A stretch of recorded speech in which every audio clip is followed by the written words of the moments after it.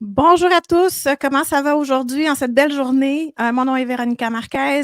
Bienvenue au rendez-vous de l'excellence. Alors, à tous les mois, on vous présente un nouvel webinaire ou une nouvelle conférence dans laquelle on implique des experts de différents milieux que le mien pour parler de comment on peut joindre l'excellence opérationnelle aux nouveaux concepts qui s'en viennent de l'industrie 5.0.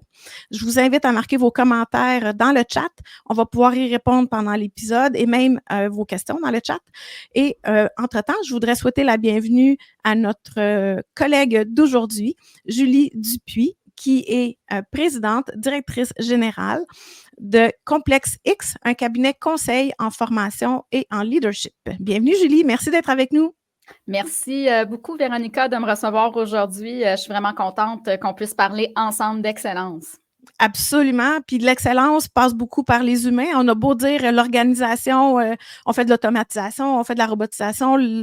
L'organisation demeure un regroupement d'humains qui prennent des décisions, qui vivent une stratégie, qui déploient une stratégie.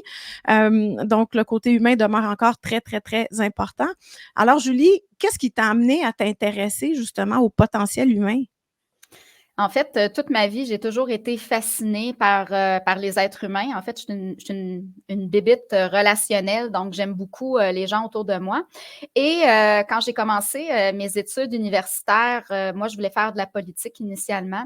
Et puis, ça m'a pas assez parlé, donc je suis retournée me former en ressources humaines, en relations industrielles, ensuite en administration. Donc, j'ai une pensée de continuellement faire du développement des compétences. En fait, il faut toujours se développer. Puis, je me suis tournée dans les dernières années vers les neurosciences parce que j'ai bien vu dans mon expérience de travail, dans mon expérience professionnelle, qu'on avait des limitations au niveau des systèmes et que qu'est-ce qui causait ces limitations-là à vraiment optimiser le potentiel de nos systèmes? Bien, c'était les humains qui opéraient justement ces systèmes-là.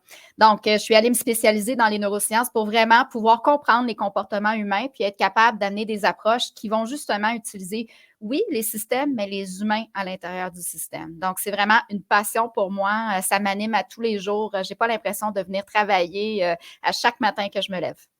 C'est drôle parce que même si ça fait déjà un petit bout de temps qu'on se connaît, je ne savais pas ce côté-là sur l'intérêt de la politique parce que moi, j'ai un bac en sciences politiques. Fait qu'on a un autre truc en commun On ici. s'est peut-être croisés à Concordia dans les années 2000. Ah, j'avais déjà fini. Ah bon. On déclare des chiffres aujourd'hui, mais oui, j'avais déjà fini dans les années 2000, mais moi aussi, j'ai étudié à Concordia en politique. Fait que oui, on aurait potentiellement pu se croiser facilement.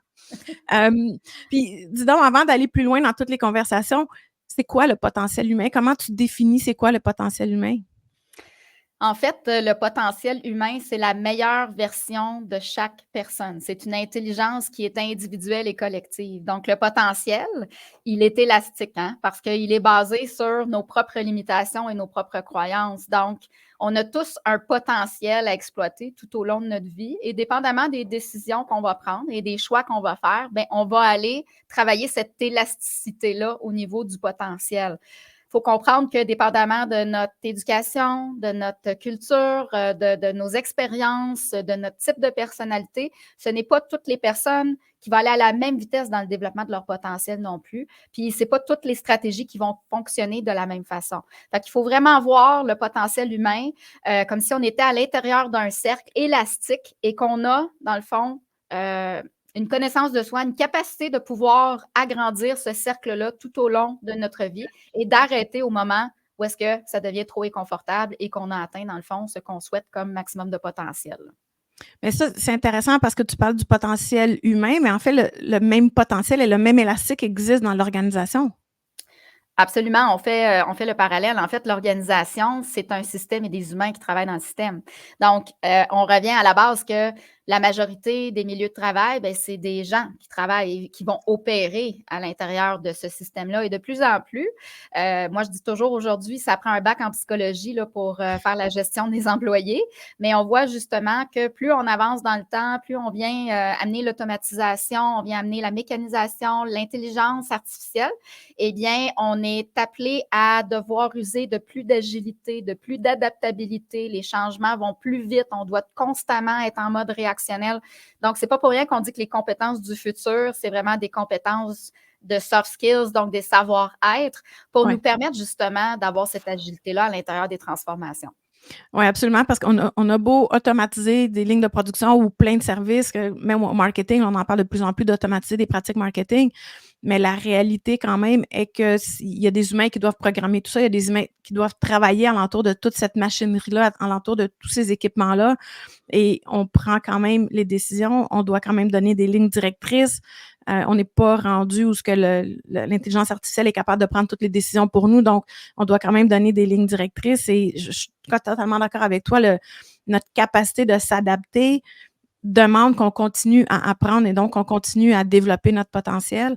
Puis plus loin que ça, je pense que le temps où on se disait, moi j'ai fini mes études, tu sais, mon apprentissage est fini, après je fais juste travailler, ça n'existe plus. Au contraire, on va être constamment en mode apprentissage pour le reste de nos carrières. Absolument. Puis hier, j'ai 2 statistiques à te partager, en fait. Je donnais une conférence avec la Chambre de commerce de l'Est de Montréal hier et un collègue en développement des compétences parlait que justement, un métier technique aujourd'hui, après 2 ans, on parle d'obsolescence programmée, tu sais. Donc, Ouais, si présentement on fait une technique au cégep, on apprend un métier, dans 2 ans, on va devoir se mettre à niveau parce qu'on va déjà être dépassé. Et ouais. quand on parle de sciences administratives, donc de techniques de gestion, on parle de 5 ans. Donc, il faut constamment aller se renouveler. Puis, tu sais, moi, quand j'ai fait beaucoup d'études en continu parce que je crois en ça et j'étudie encore aujourd'hui pour justement me garder actualisée. Mais ce qu'on m'enseignait il y a 20 ans à l'université, puis ce que j'apprends aujourd'hui, c'est 2 mondes, là. Le marché du travail a changé. C'est plus ce que c'était. Oui, tout à fait d'accord. Mais justement, en parlant du marché du travail puis les chiffres que tu viens de mentionner, qu'est-ce que tu vois qui sont les besoins actuels dans les organisations, en fait, de comment développer le potentiel humain et le besoin de potentiel humain? En fait, il faut faire une meilleure gestion du changement. Ah ouais. C'est le nerf de la guerre parce que lorsqu'on fait des changements, puis aujourd'hui, on en fait énormément là, dans les organisations, bien, généralement, la direction trouve que c'est une bien bonne idée parce qu'on s'en va faire de l'optimisation, puis on va avoir des gains de productivité. Puis on le sait aujourd'hui, pénurie de main-d'œuvre, compétition des marchés, on a besoin d'être productif, on a besoin d'être efficient. Maintenant, on enlève nos lunettes roses, là, puis on va voir comment ça va venir affecter nos cellules de travail, nos directeurs, nos gestionnaires, nos superviseurs et nos employés à l'intérieur de ce changement-là. Souvent, on va dire ah, ça va bien aller parce que, tu sais, Mmh. c'est positif. Mais pour eux, ben, ça les amène dans l'insécurité. Puis là, si on se souvient de notre pyramide de Maslow en psychologie, ben, à la base, là, on a besoin d'un besoin de sécurité. Donc, Ouais. si on a des incertitudes, si le changement est mal communiqué, s'il n'y a pas un plan clair et précis où on s'en va, et si on ne prend pas le temps de le faire, puis ça, le temps, c'est une denrée rare dans les organisations aujourd'hui, bien, on n'y arrivera pas. Puis les études le démontrent, là, quand on essaie de faire des optimisations après 1 an, on est très, très, très, très loin d'avoir atteint l'objectif qu'on s'est donné. Puis pourquoi? Pas parce que le système ne marche pas parce que le ERP ne marche pas, simplement parce que les gens bien, ils sont restés dans la résistance, donc ils n'ont jamais passé le stade de l'adhésion. Donc, pour moi, l'adaptation au changement, là, la résilience organisationnelle, c'est aujourd'hui le nerf de la guerre pour être capable de bien fonctionner. Donc, ça serait quelque chose là, à travailler dans toutes les organisations. Oui, je te donne moi aussi une statistique. J'ai vu une étude qui a été faite il n'y a pas longtemps qui disait que, puis les chiffres malheureusement n'ont pas changé depuis des années, mais 70 des projets de transformation technologique échouent parce que la gestion du changement n'a pas été faite. Donc, je suis totalement d'accord avec toi là-dessus. C'est pas.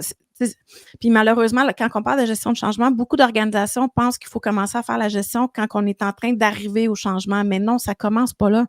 La gestion du changement, il faut commencer à la faire dès qu'on commence à penser à changer quelque chose. Puis moi, ce que j'ai vu dans mon expérience, la réalité, c'est qu'il y a beaucoup de gens qui sont dans les opérations, qui sont sur le plancher à produire, à déplacer le produit, qui ont un paquet d'idées qui sont super bonnes, qui pourraient aider l'organisation, mais on ne les implique pas dans la réflexion dès le début. Fait que quand ils arrivent à la fin pour dire oui, mais moi, j'avais une idée, j'aimerais ça soumettre ça, bien là, il est trop tard parce que la réflexion, elle est toute finie. Fait que non seulement ils vont résister au changement, mais on vient de créer une démobilisation puis un désengagement important de la part des gens qui ne se sont pas sentis écoutés. Donc, je suis totalement d'accord avec toi, la gestion du changement est un facteur important à considérer, puis pas important, critique. S'il n'est pas là, c'est sûr que c'est voué à l'échec. Je suis tout à fait d'accord. Oui, puis il faut se poser une question aussi sur notre structure organisationnelle parce que ce que tu parles, d'aller consulter, de faire participer, ben, tu sais, c'est un mode de gestion qui est plus collaboratif. Donc, si on est encore ancré dans des systèmes où est-ce Ouais. qu'on est vraiment adocratique, donc on est de la tête dirigeante qui prend les décisions et qui tente de faire appliquer ça aux employés et qu'il y a pas de participation, ben, il y en aura pas de mobilisation. Donc, aujourd'hui, on a des travailleurs qui sont plus éduqués, qui sont plus conscients, qui sont plus informés. Donc, Oui. on ne peut pas arriver puis juste passer des changements dans leur gorge et espérer qu'ils vont suivre. Donc, tout le phénomène de la mobilisation, bien entendu, ça passe par une structure organisationnelle qui va être un peu plus hybride, qui va permettre la gestion collaborative. Puis là, Véronica, c'est là le défi parce que générationnellement parlant, il y a des écarts dans la façon de gérer les Ouais. employés. Donc, il y a des mises à niveau qui ont besoin d'être faites. Et là, on va tomber dans des clashs de valeurs qui vont justement nous amener dans la résistance. Donc, ça va créer Ouais. un certain effet, là. Ouais, puis quand on parle de développer justement le potentiel humain pour contrer cet effet-là, on parle de développer aussi les capacités de leadership, puis pas juste de l'équipe de gestion, mais de l'ensemble de l'organisation. Développer les capacités de communication à double sens, pas juste moi, c'est pas le mode Mhm. command and direct d'avant où ce que je te dis quoi faire, tu l'exécutes. Non, il faut vraiment comme échanger puis parler de comme ce qu'on a besoin de réaliser, l'objectif que l'on vise, mais après, je pense que les équipes ont, surtout si on a pris le temps de leur montrer comment effectuer la réflexion, comment avancer avec nous dans cette réflexion-là, il y a une opportunité de les impliquer dans comment on va réaliser l'objectif. On peut donner, nous, l'objectif, mais les équipes peuvent nous aider à comment on va le réaliser. Absolument. Puis les équipes sont souvent beaucoup plus décollées de l'arbre que nous en tant que dirigeants ou direction d'entreprise. Donc, c'est sûr que lorsqu'ils nous amènent leur opinion ou leurs idées, bien, ils regardent la forêt, tu sais, tandis que nous, on est souvent collés sur l'arbre. Donc, ça nous amène des perspectives différentes. Ça peut faire de l'innovation, mais il faut faire attention de gérer les attentes. Parce que Absolument. j'ai vu des organisations où est-ce qu'ils ont voulu mettre en place des modèles participatifs et là, les employés, dès qu'ils n'étaient pas d'accord avec une décision ou qu'ils n'étaient pas appelés à la table de décision, bien là, ça causait des conflits. Fait qu'il faut gérer les attentes aussi. Absolument. Puis je pense que, en fait, moi, quand je travaille avec des organisations puis qu'on leur parle de justement comment aller chercher le input des employés pour améliorer les opportunités ou pour créer, pour juste savoir c'est quoi les opportunités d'amélioration qu'on peut trouver, c'est de faire un processus de sélection clair, qu'on est capable ensuite de dire aux employés, c'est pour ça qu'on l'a pas retenu parce que c'était pas en lien avec la stratégie, parce qu'on a une autre opportunité qui peut générer plus d'économie, qui peut générer une meilleure sécurité des employés, ou mais d'avoir des critères bien établis, transparents, que tout le monde peut comprendre et qu'on peut revenir sur ces critères-là pour expliquer voici pourquoi ça n'a pas été retenu ou voici pourquoi ça a été retenu. Fait que juste le fait de revenir toujours à ces critères-là va aider les gens aussi à mieux comprendre les critères, à mieux comprendre comment eux-mêmes identifier ce qu'ils voient au quotidien qui pourrait être amélioré. Donc, la structure que l'on met en place, elle n'est pas là pour minimiser ou pour empêcher les gens de venir parler, mais au contraire, elle est là pour s'assurer qu'il y a une ligne directrice par rapport à la stratégie. Absolument. Puis, tu sais, le mot, j'allais te le dire, mais tu le dis. Pourquoi est-ce qu'on fait ça? Tu sais, le why de Simon Sinek, si vous n'avez pas lu le livre, je vous encourage à le lire, mais l'humain a besoin de savoir pourquoi il fait quelque chose pour avancer puis le faire. Tu sais, il n'y a personne qui aime se faire dire quoi faire sans comprendre pourquoi il doit le faire. Oui, Malheureusement, dans les organisations, on est plus à écrire des mémos, des courriels, envoyer l'information qui va donner de l'information, mais qui n'expliquera pas le contexte et le pourquoi. Si on prend oui. le temps de faire ça, bien, on va éviter toutes sortes de perceptions erronées, puis on va certainement s'en aller dans des barrières qui vont se lever, puis une communication qui va être plus efficiente. Absolument. Puis cette semaine, je voyais une étude de Gallup qui disait qu'en 2023, je pense que c'est 23 des employés qui sont mobilisés dans leur emploi, engagés. C'est c'est pas beaucoup. 23 c'est vraiment pas beaucoup. Fait que je pense que c'est en lien avec ce qu'on vient de discuter. L'engagement des employés va aussi passer par les compétences qu'on les aide à développer, le pourquoi on fait les choses, le pourquoi ils sont là, puis comment ils participent au succès de l'organisation. En fait, la mobilisation, c'est émotif. Donc, si on n'a pas une émotion positive rattachée à notre job, à notre fonction, à notre responsabilité, bien, à ce moment-là, on fait du présentéisme. On s'en vient Ah puncher oui. des heures, on fait du travail, puis on n'est pas nécessairement efficace. Puis effectivement, Véronica, quand tu me dis 23 et là, qu'on a du travail à faire pour mobiliser nos gens puis aller chercher plus de performance. Tu sais, des fois, là, on se dit, on est en pénurie de main-d'œuvre, on manque des gens, mais on oublie de regarder par en dedans puis de dire, est-ce qu'on peut Ouais. optimiser nos processus? Est-ce qu'on peut mobiliser les gens pour avoir une portée d'action qui est plus grande? Donc, notre structure, là, elle doit être tout le temps flexible et mobile. Elle doit toujours être en train d'évoluer puis de s'adapter. Puis si on s'arrête parce qu'on a toujours fait ça comme ça, ben on meurt à chaque jour, tu sais. Moi, ça, c'est ma phrase préférée. Quand je rentre dans une organisation puis je demande pourquoi vous faites ça, puis qu'on me dit on a toujours fait ça, c'est ma phrase préférée. Moi, ça me dit que j'ai quelque chose là avec laquelle jouer, j'ai quelque chose à fouiller pour comprendre pourquoi on le fait encore. C'est pas toujours mauvais, c'est pas toujours pas correct de le faire, mais il y a si ça fait longtemps qu'on le fait comme ça, c'est sûr qu'il y a une manière de le faire un peu mieux, d'une manière plus efficace, plus efficiente. Et il faut se poser la question pourquoi est-ce qu'on le fait encore? Est-ce qu'on en a encore de besoin? Dans certains cas, oui, ça peut être mieux fait, mais dans certains cas, on le fait parce qu'on l'a toujours fait sans nécessairement comprendre aujourd'hui pourquoi on continue à le faire. Et ça, c'est ma Absolument. phrase fétiche. J'adore me faire dire ça. Ben oui, puis tu sais, on doit développer aussi notre culture à devenir une culture apprenante. Donc, de dire, bon, ben, on a vécu des choses, on s'est planté, on a fait des erreurs, mais c'est pas grave. On va, de un, démocratiser l'erreur, la partager avec tout le monde pour qu'ils puissent avoir un knowledge, donc d'avoir un apprentissage de ça. Oui, Puis après ça, ben, on va avancer, puis on va s'assurer de mettre en place les mécanismes tu sais, et la formation nécessaire pour ne pas revivre ça. Tu sais. Fait que cette culture-là, quand on est toujours en remise en question puis en amélioration continue, en fait, ça laisse un terrain de jeu qui est extraordinaire pour se développer puis essayer des nouvelles choses. Si au contraire, on a peur de parler des erreurs, si on n'a pas de mécanisme de rétroaction, bien là, à ce moment-là, bien, on va le répéter. Puis pas juste le répéter, nos collègues vont le répéter, puis l'organisation va rester coincée avec ça. Mais on l'a toujours fait de même, fait qu'on va continuer de le faire de même. oui, effectivement, effectivement. As-tu des exemples concrets que tu peux nous partager d'organisations qui ont voulu développer le potentiel de leurs employés? Comment vous vous êtes pris? C'est quoi l'approche puis des résultats que vous avez vus? Oui, absolument. Je peux te donner, bien sûr, pour la notion de confidentialité, je nommerai pas le nom de l'entreprise, mais je vais expliquer un peu comment ça s'est passé. Cette entreprise-là vivait des gros défis organisationnels, beaucoup de départs, beaucoup de mouvements à l'intérieur de son organisation et a fait appel à nos services pour les aider. Puis c'est sûr que il y a des gens qui nous appellent comme ça puis qui disent viens former mes employés, tu sais, viens nous sauver. Tu sais, moi, je sauverai pas personne. Puis tu sais, la formation pour moi, la formation, c'est de la formation continue. Ça veut dire qu'il y a une base solide qui est en place, on sait où est-ce qu'on s'en va. Puis, tu sais, on veut monter la barre des gens dans leurs compétences. Ça, c'est de la formation pour moi. Et cet organisme-là, cette organisation-là, en fait, on est tombé vraiment en développement organisationnel, qui est mon expertise. Et puis, ça a été de dire, ben, on va faire un diagnostic organisationnel. On va voir qu'est-ce qui se passe là, présentement qui fait que le monde quitte. Et là, on a pu identifier des points chauds qu'on devait travailler pour dans le fond, ramener la culture. Donc, de définir c'est quoi la mission de l'entreprise et surtout, c'est quoi ses valeurs. Puis les valeurs, c'est pas juste des mots qu'on met sur un site Non. Internet puis sur le mur.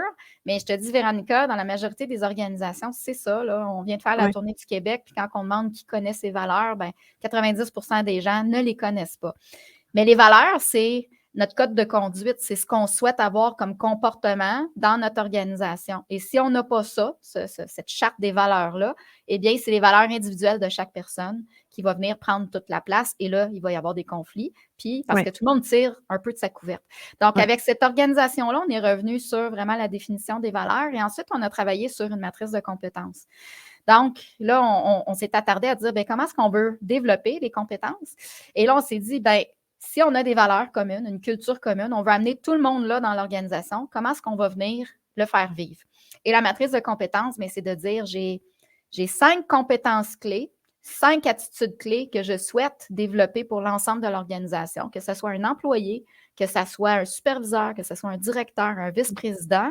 Tout le monde doit avoir, à différents degrés, cette compétence-là. Donc, la matrice de compétences permet de faire ça. Puis après ça, bien, ça nous permet aussi de faire de la mobilité à l'interne et de ne pas faire l'erreur de mettre notre meilleur superviseur en place de gestion parce qu'il est techniquement bon ou il est là depuis longtemps. Puis là, d'être Ouais. déçu de savoir qu'il n'y a pas des habiletés de communication, de gestion de conflit ou il n'est pas capable de parler aux employés. Donc, la matrice de compétences est vraiment basée sur, oui, des compétences, hard skills là, qu'on veut développer, mais on va aussi aller cibler des attitudes qu'on va venir pointer. Fait que ça a été un point marquant là, dans le travail qu'on a fait. Puis ça a été fait de façon collaborative. Comme je te disais tantôt, l'équipe des ressources humaines, des directeurs, et ainsi de suite. Et à partir de ça, on a pu bâtir le plan de formation qui était adapté justement à l'organisation et à où est-ce qu'on veut s'en aller. Donc, aujourd'hui, on forme encore et on accompagne en coaching les gestionnaires de cette entreprise-là. Et pour eux, la recette, elle est gagnante parce que ce qu'on travaille en coaching et les compétences qu'on a isolées à travailler, les attitudes clés qu'on souhaite avoir, ben, c'est exactement là-dessus qu'on travaille. Donc, on a des résultats. Tandis que si je m'en vais juste former de façon générale sans savoir vraiment où est-ce qu'on veut s'en aller, c'est quoi la Ouais. structure qu'on a derrière ça, qu'est-ce qu'on souhaite atteindre comme compétence globale dans l'organisation, ben, c'est un peu comme donner des coups d'épée dans l'eau. Fait que, tu sais, là, on a eu la chance de déployer toute la stratégie et ça a été confrontant. Mais les gens, ceux qu'on a, dans le fond, accompagnés, ben, ils ont monté en poste, ils ont eu des promotions, ils ont fait des choses extraordinaires et tout ça, ben, ça part de la base. Donc, ça, c'est un exemple concret d'un déploiement là, qui part de la refonte de la structure jusqu'à l'offre de formation. Mais je trouve ça intéressant qu'est-ce que tu dis parce que quand moi je parle avec une organisation en fait d'amélioration des processus ou d'optimisation, je leur demande deux choses tout le temps, puis le diagnostic nous permet d'établir ces deux choses-là. La première, c'est où on est aujourd'hui, c'est quoi notre situation actuelle et où on veut s'en aller. Et le parallèle que je leur fais ou l'exemple que je leur donne, c'est si tu mets dans Google Maps où tu veux t'en aller, mais tu lui dis pas de où tu pars, il n'est pas capable de te donner un chemin. Fait que c'est la même chose. Si on peut avoir une cible de dire on veut être rendu au point D, mais si on ne sait pas d'où on part, on ne sait pas qu'est-ce qu'on a besoin de mettre en place pour pouvoir se rendre jusque-là. Donc, puis tantôt, tu disais que les organisations, ils n'ont pas de temps, mais de bien comprendre, de bien prendre le temps pour comprendre où on est aujourd'hui comme équipe, comme organisation, la maturité qu'on a, autant au niveau de notre potentiel humain que de l'amélioration continue, de la gestion de nos processus. Si on prend bien le temps de comprendre où on est aujourd'hui, on est en mesure d'atteindre l'objectif beaucoup plus rapidement parce que notre ligne directrice va être beaucoup plus droite, mais c'est pas droite le mot que je veux dire, mais elle va être plus directe. Précise et claire, oui. C'est ça, plus direct, plus précise et plus claire. Tandis que si on sait qu'on veut s'en aller là, mais qu'on ne sait pas d'où on part, on va passer par un labyrinthe pour être capable de se rendre. Puis oui, on va peut-être découvrir des choses intéressantes, mais ça ne nous permettra pas nécessairement d'atteindre l'objectif dans un délai qui va être raisonnable pour l'organisation. Fait que le diagnostic, pour moi, c'est critique. C'est certain, le diagnostic est critique. C'est toute cette démarche-là, pour moi, elle fait du sens et on est dans notre 7e année, là, où est-ce que c'est cette méthodologie-là qu'on applique dans les organisations. Ça fonctionne, ça donne des bons résultats. C'est sûr que c'est pas magique, là. C'est pas un miracle, là. Ça Non. prend du temps. Puis ça prend aussi des moyens qui sont variés. Donc, une organisation qui veut faire des changements au niveau de sa structure et sa culture, ben, tu sais, il n'y a pas juste la formation. Il y a le coaching, il y a le coworking, il y a des livres. Moi, j'offre des livres en cadeau à mes directeurs chez Complexix parce que je veux qu'ils évoluent dans quelque chose. Bien, je vais leur offrir un livre. Puis là, bien, ils mangent ce livre-là, puis ils sont comptables, ça va leur donner des idées de la créativité. Mais tu sais, c'est un outil assez facile. Tu sais, on peut faire des team building, tu sais, c'est encore très, très peu utilisé, les team building aussi. Les tests psychométriques, les ateliers créatifs, tu sais, il y a tellement de moyens aujourd'hui. Et moi, j'ai mis sur pied Complexix, un centre de formation justement pour arrêter de former comme les autres. Tu sais, de dire, là, je m'assois, je regarde un PowerPoint, puis je te donne l'information. Là, pour Non, moi, non. c'est la mort. Comme Ben, adulte, on n'apprend rien non plus comme ça, là.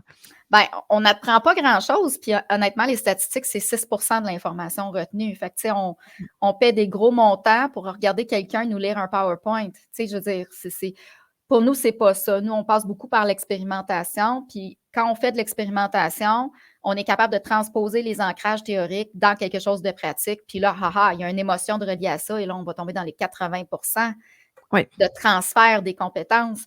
Donc, dans notre stratégie de formation, là, ça, c'est super important. On veut expérimenter des choses. On ne veut pas nécessairement juste écouter ou lire des choses, tu sais. Oui, absolument. Puis, tu sais, il y a rien de plus ennuyant que de regarder quelqu'un ou d'être dans une conférence où la personne nous lit un PowerPoint. On est tous capables de le lire tout seul. On n'a pas besoin d'y passer de cette manière-là. Fait qu'absolument, c'est pas comme ça non plus qu'on retient l'information. On la retient beaucoup plus. On a l'occasion de la manipuler, de la mettre en pratique, de l'essayer, de la tester. C'est en l'appliquant qu'on va retenir ce qu'on a appris. C'est pas juste en écoutant puis en regardant un PowerPoint. C'est clairement pas la bonne méthode, mais il y en a encore beaucoup, effectivement, qui sont comme ça.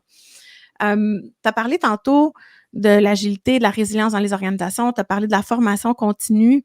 Moi, ça, c'est tous des mots qui viennent sonner des cloches dans ma tête d'excellence opérationnelle, mais c'est quoi le lien que toi, tu vois entre le développement du potentiel humain et l'excellence opérationnelle?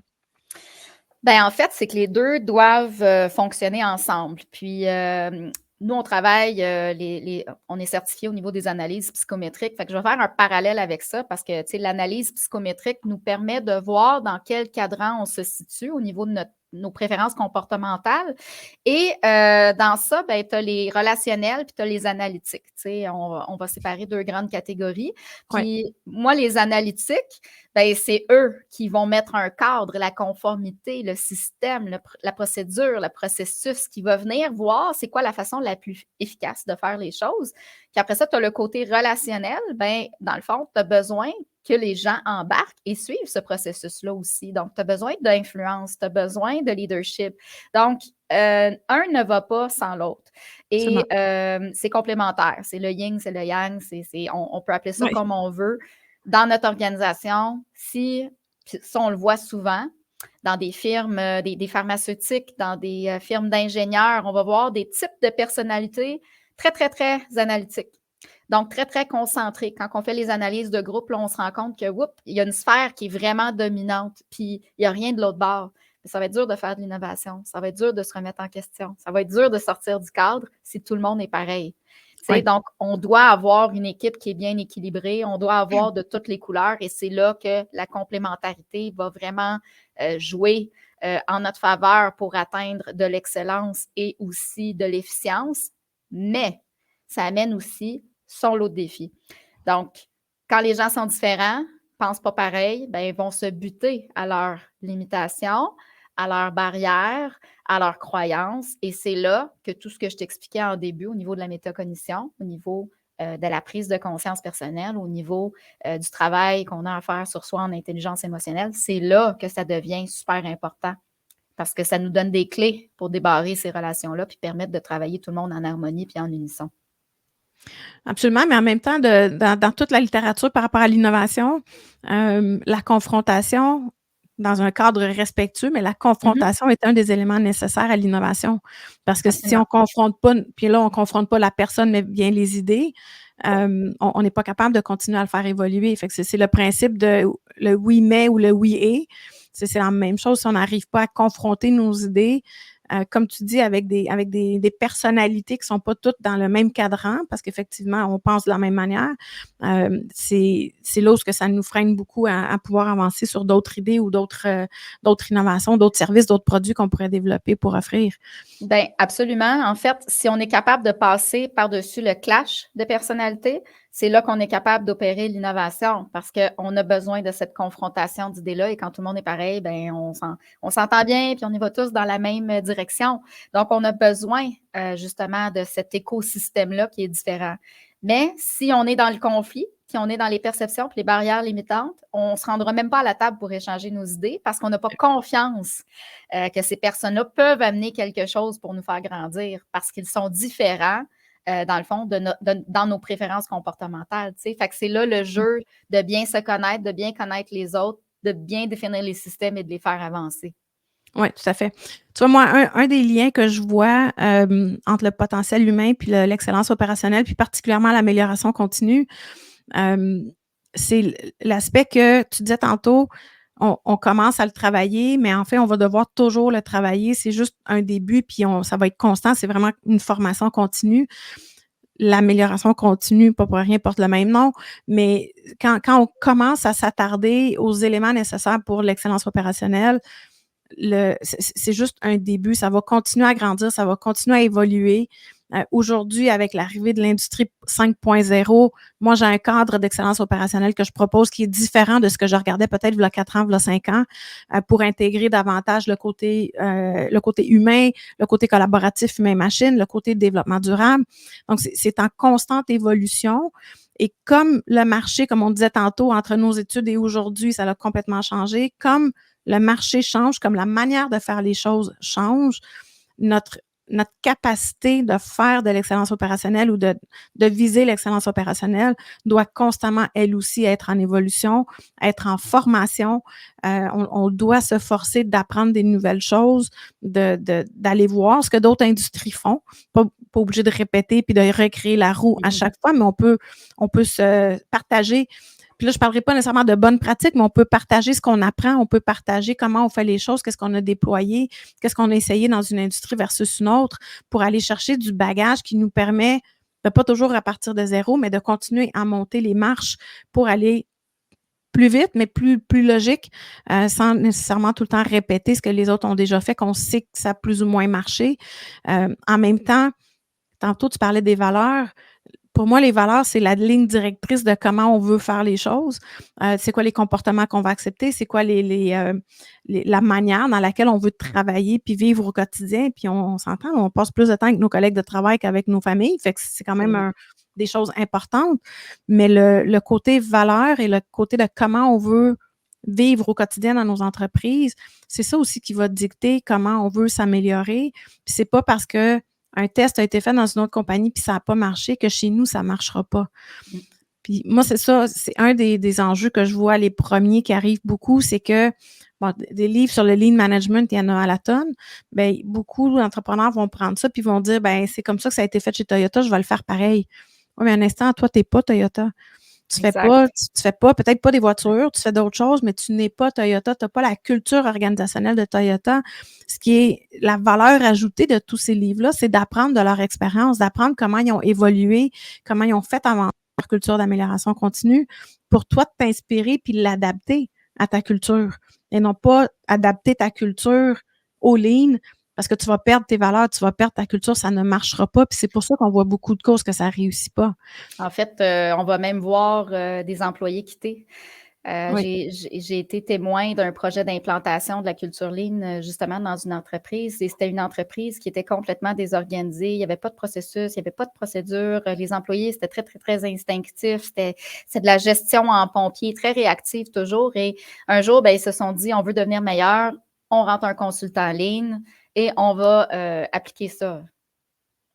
Tu peux pas amener du Lean quand tu n'as même pas fait ta structure de base, ta structure organisationnelle de base. Donc, il doit y avoir un cadre pour ensuite devenir meilleur. Toyota, il n'a pas décidé de faire du Lean comme ça du jour au lendemain. Il y a toute une philosophie, il y a toute une culture qui s'est installée pour atteindre justement les objectifs qui se sont donnés aujourd'hui avec la rotation de postes, avec le développement des compétences. Ils ont tout un modus operandi qui fonctionne pour eux.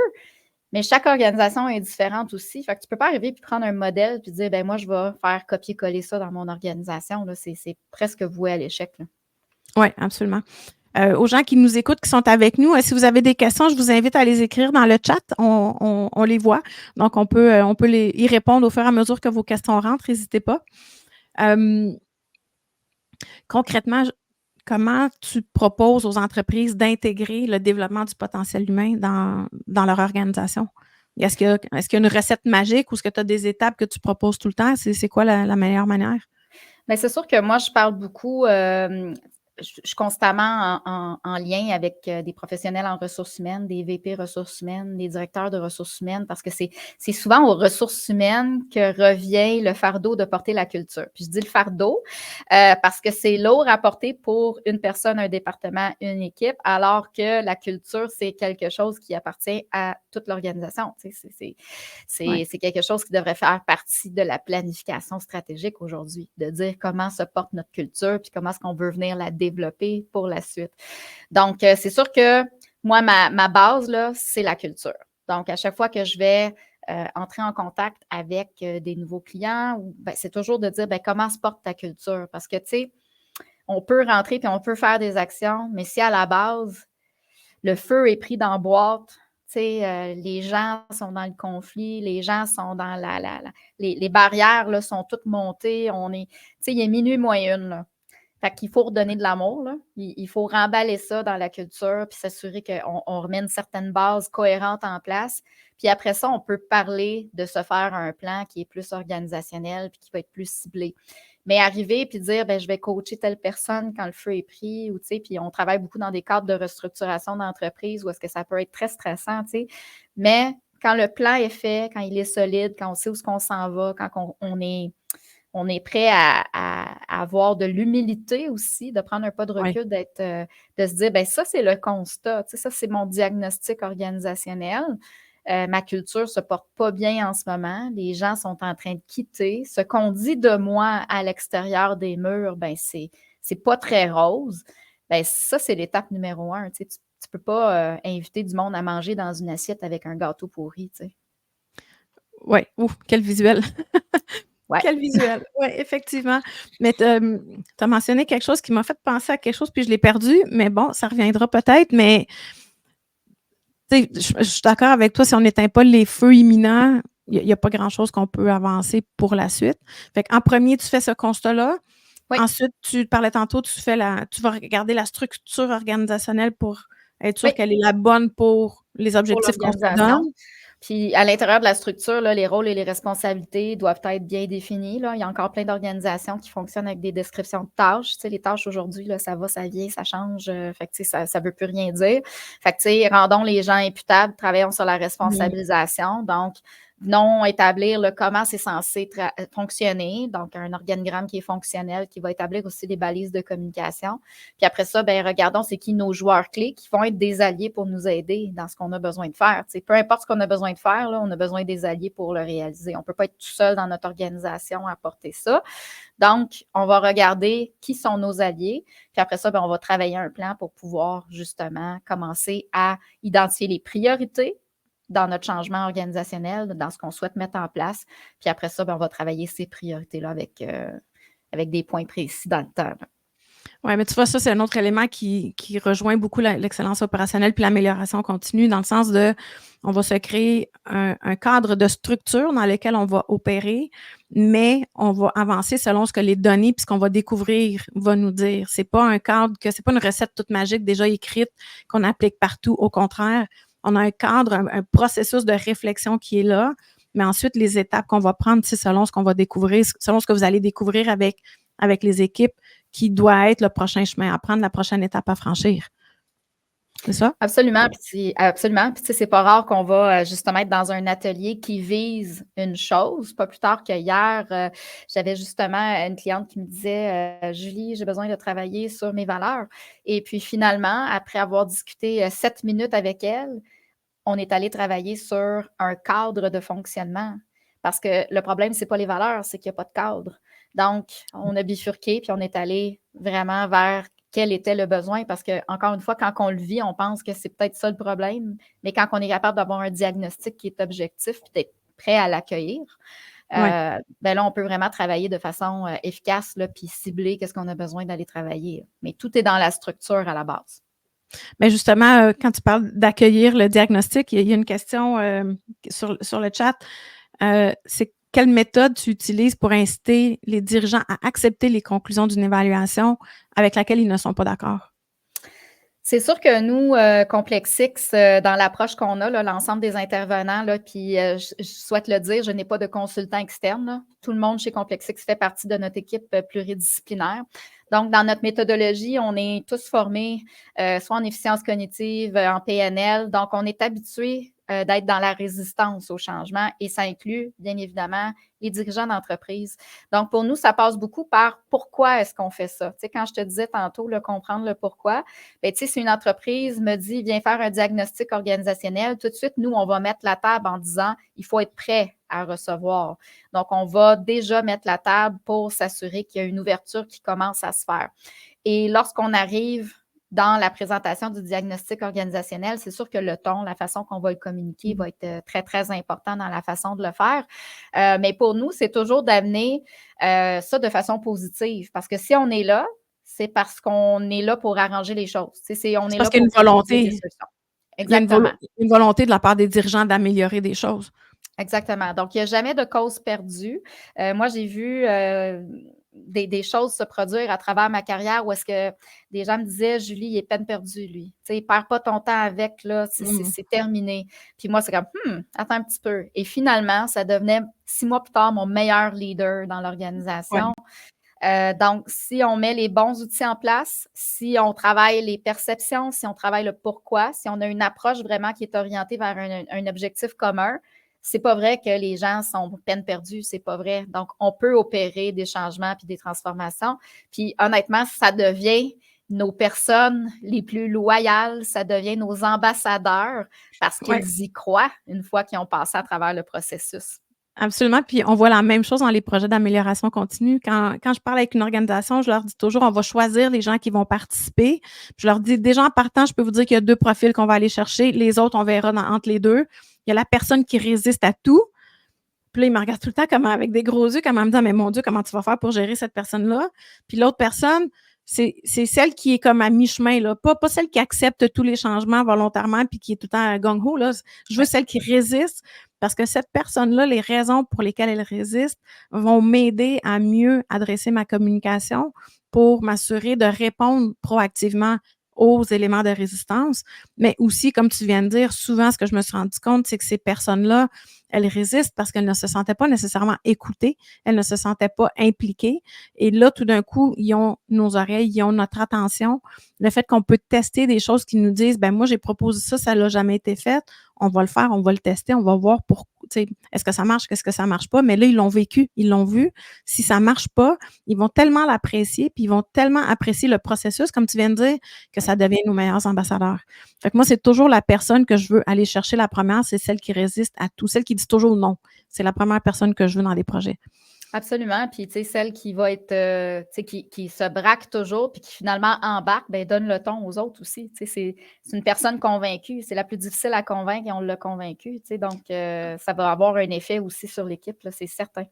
Oui, parce que même, tu sais, même en étant quelqu'un qui dit toujours non, elle exerce un leadership, cette personne-là, qui fait en sorte qu'il y Absolument. a d'autres personnes qui la suivent dans ce non-là.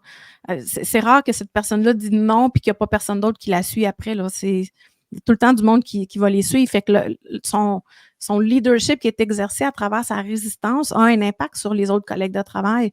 Fait que le fait qu'on est capable de l'impliquer, de tester les idées que la personne peut avoir ou de démonter un peu le pourquoi c'est toujours non, puis de mieux comprendre comment on pourrait mieux communiquer, comment on pourrait réadresser, comment on pourrait revoir les choses que cette personne-là voit, bien, ça nous aide à le convertir en leader positif.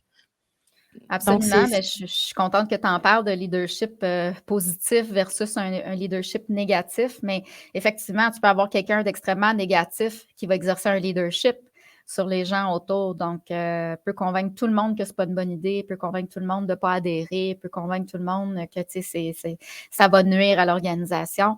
Donc, il faut être à l'affût de ça. Puis, tu sais, si je reviens sur, ben, qu'est-ce qu'on fait? Formons nos cadres, formons nos gestionnaires, formons nos superviseurs à détecter ça. Parce que dans la science du langage, la synergologie, on va le voir, là. Moi, quand je fais une rencontre avec mes employés, je les observe. C'est à caméra ouverte quand ils sont à distance. Puis, s'il y a un pli dans le front, je le sais qu'il y a une question, je sais qu'il y a une incertitude. Donc, il faut capter ça, être sensible à ça. Puis, on est capable, après ça, d'avoir des communications qui vont nous permettre de venir clarifier certaines choses. Donc, tu sais, on a besoin de former nos gens en communication, en synergologie, en confiance en soi pour adresser le nombre de superviseurs que quand je leur dis qu'il faut faire une rencontre d'équipe, ils me disent, ben, je ne suis pas à l'aise de parler devant le monde. Mais tu sais, ta job à chaque matin, c'est de mobiliser une équipe, puis tu n'es pas à l'aise de le faire, tu sais. Fait que, il faut travailler là-dessus. Mais ça revient à ce que tu disais tantôt, c'est qu'on avait tendance dans les organisations à promouvoir la personne qui était techniquement la plus compétente, pas nécessairement la personne qui avait les compétences de gestionnaire ou de communication. Fait que ça revient à comment on fait nos choix puis pourquoi on fait ces choix-là. En fait, c'est pas parce qu'on est un expert technique qu'on est un expert dans les relations humaines. Tu sais, c'est deux choses. Donc, Ouais. c'est pour ça la matrice de compétences que je discutais tantôt. Tu sais, oui, il y a le savoir-faire, mais il y a le savoir-être. Puis Ouais. moi, ça m'est arrivé, tu sais, tu demandais des exemples concrets dans une organisation où est-ce que j'ai eu un employé, là, c'était un employé, là, techniquement, là, je n'aurais pas pu avoir un employé plus calé, dévoué, un génie, là. S'il n'y avait pas la solution sur une programmation, il partait chez lui le soir, il allait lire, il allait... tout était autour de trouver une solution. Mais il était incapable d'avoir des relations avec ses collègues. C'était toujours la chicane, c'était toujours la démagogie, c'était toujours... Ben, j'ai essayé, mais j'ai dû le congédier parce que cet employé-là, ben, il ne voulait rien savoir de travailler ses relations avec les autres. Pour lui, c'était le meilleur techniquement parlant, puis ça lui donnait le droit d'avoir des comportements qui étaient inacceptables puis qui allaient à l'encontre des valeurs de l'entreprise. Donc, j'aurais pu faire, bon, je vais mettre mon chapeau de déni puis le garder dans une cellule bien contrôlée dans son bureau puis parler plus à personne, mais ça n'aurait pas été de nous aider comme organisation puis ça n'aurait pas été non plus de l'aider lui dans son développement personnel. Fait qu'à un moment donné, il faut faire des choix aussi. Oui, tout à fait, tout à fait. J'ai retrouvé mon idée de tantôt. Tu as mentionné le mot humilité. Quand je fais des projets d'amélioration, surtout dans les organisations qui démarrent le processus d'amener la culture d'amélioration continue dans leur culture, moi, je parle beaucoup d'humilité avec les équipes de gestion, puis je leur dis, le message ici à donner aux employés, c'est pas on est des experts, on s'en va là-dedans, puis voici ce qu'on fait. Le message est on apprend tout le monde ensemble à amener quelque chose de nouveau dans notre organisation. Donc, ça se peut qu'on fasse des erreurs partout, dans l'ensemble de l'organisation. Ça se peut qu'on fasse des erreurs. On va apprendre de ces erreurs-là. On va s'améliorer. On va franchir la prochaine étape. Donc, la capacité d'avoir cette humilité-là au niveau des équipes de gestion, elle est souvent plus difficile. Souvent, au niveau des propriétaires d'entreprise, c'est plus difficile parce que là, on touche leur bébé vraiment. Donc, c'est l'aspect d'humilité, pour moi, est super important quand on fait de l'amélioration continue parce que si on avait les réponses à tout, on les aurait déjà réglés, les problèmes. Le fait qu'on ne les a pas réglés, c'est parce qu'on n'avait pas la réponse, donc on a besoin d'apprendre et de développer cette connaissance-là pour arriver à une réponse qui va fonctionner pour nous. Comment est-ce que tu gères avec les dirigeants avec qui tu travailles, comment est-ce que tu gères ce côté-là d'humilité? Comment tu les aides à le développer si c'est quelque chose à laquelle ils résistent un peu? C'est sûr que, tu sais, nous, dans notre technique, on ramène beaucoup la PNL, là, donc on y va par un angle qui permet d'amener les choses de façon directe quand même. On est très transparent dans ce qu'on voit, dans ce qu'on vit. Tu sais, on n'est pas là non plus pour amplifier ce sentiment de mettre des lunettes roses ou de faire l'autruche. Tu sais, faut dire les choses telles qu'elles sont, mais il y a toujours une façon de le faire. Puis on travaille beaucoup aussi avec la courbe du changement de Kubler-Ross. Donc, on va parler justement aux dirigeants de dire, bien, ça peut, tu sais, dans ce qu'on amène, c'est sûr que c'est un constat. Ce constat-là amène un choc, le choc, le déni. Mais plus rapidement on peut passer à travers ces phases-là, le plus rapidement on peut passer par l'expérimentation de quelque chose d'autre et l'intégration de ce qu'on souhaite comme changement. Donc, l'humilité, ça vient avec une conscience de soi. S'il n'y a pas de conscience de soi, on n'est pas capable d'amener l'humilité parce qu'on a l'impression qu'on a toujours raison, on va rester dans l'ego, on va rester, mais on n'est pas capable de faire de changements dans des conditions comme ça. Donc, il faut vraiment les amener à prendre conscience de leur organisation, de leur comportement, des comportements des leaders. Et ça passe par une bonne compréhension, de un, de la courbe du changement, puis de deux, des principes de base de la métacognition là, pour qu'ils soient capables de se regarder. Puis, tu sais, moi, j'ai eu des dirigeants d'entreprise qui m'ont dit, là, tu sais, viens former mon équipe, ils ont tous un problème, tu sais. Viens. Oui, c'est les problèmes des autres. L'imputabilité est plus ou moins là, hein? C'est ça, puis finalement, les employés étaient tous mobilisés et avaient remarqué que dans la structure organisationnelle, ben, il y avait un problème et les leaders n'étaient pas cohérents, n'étaient pas constants. Tu sais, c'est les babines qui suivent les bottines, là, tu sais, je veux dire qu'il il faut être cohérent parce que si on n'est pas cohérent dans nos actions, les gens, ils ne nous suivront pas, là. Fait que, tu sais, nos dirigeants qui vont dire, ben moi, je veux intégrer des travailleurs immigrants dans mon usine et puis le respect, c'est super important, mais qu'eux autres, ils vont passer des commentaires négatifs ou ils vont, tu sais, faire des comportements qui sont pas cohérents avec ça. Ça peut pas marcher, ça peut pas faire de sens. Non. Donc, nous, on va amener cette prise de conscience-là. Ça prend des fois plus qu'une rencontre pour aller là. On va y aller tranquillement. On va toujours y aller avec des angles qui vont nous permettre de rester dans quelque chose de positif. Mais c'est beaucoup de psychologie pour se rendre là. C'est certain. Oui. Fait que, je vois pas d'autres questions. Ah, un autre commentaire. La fierté d'être membre d'une organisation est normalement une bonne chose, mais elle peut aussi nuire au développement d'une véritable humilité. Mmh. Oui, ben on fait le lien entre la fierté et l'ego des fois. Tu sais, faut faire, la part des choses entre les 2. Si on prend la fierté, là, c'est, tu sais, la mobilisation, le j'ai l'organisation tatouée sur le cœur, donc je vais prendre les décisions pour l'organisation. Tu sais, ça, c'est la fierté, là. Si on tombe dans l'ego, c'est moi, je prends les décisions. Pour l'organisation, oui, mais pour que moi, ça me fasse briller. Fait que là, on peut tomber dans quelque chose, qui est différent, mais je vous invite à lire là-dessus La route des leaders. C'est un livre que j'ai adoré quand j'ai fait mon voyage en Inde il y a quelques années et ça amène les principes bouddhisme dans les principes du leadership et justement la conscience de soi, l'ego, l'humilité et comment justement prendre des décisions en prenant celle qui était le mieux pour faire le moins de tort aux gens dans l'organisation ou à l'organisation. Et ça, c'est difficile Ouais. parce que souvent, les gens vont prendre les décisions pour eux-mêmes en premier et non pour l'équipe ou le groupe. Ben, je t'inviterai, Julie, quand on aura fini, si tu peux mettre le lien vers le livre dans le chat de l'événement sur LinkedIn, je pense que les gens pourraient l'apprécier. En terminant, je reviens sur 3 points que moi, je retiens de notre conversation. Le développement du potentiel humain comme le développement de l'amélioration continue de l'excellence opérationnelle, quand on franchit cette première porte-là, il faut s'attendre à continuer à la franchir et à continuer à le faire évoluer. Ce n'est pas une porte qu'on franchit et c'est fini. C'est en constante évolution et ça va continuer probablement à aller de plus en plus vite. Donc, quand on embarque là-dedans, il faut s'attendre, il faut comprendre qu'on s'embarque là-dedans pour le long terme. C'est vraiment pas du court terme.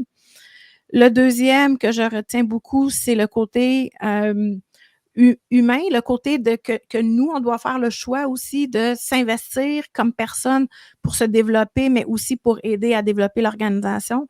Donc, il y a comme faut comme décrocher, comme tu viens de dire, il faut décrocher un peu de notre ego pour admettre que n'importe quel rôle qu'on a dans l'organisation, qu'on a une part de responsabilité dans ce qui se passe et qu'on doit donc accepter de reconnaître qu'est-ce qu'on fait de bien, mais qu'est-ce qu'on fait de moins bien qu'on pourrait améliorer pour continuer le développement.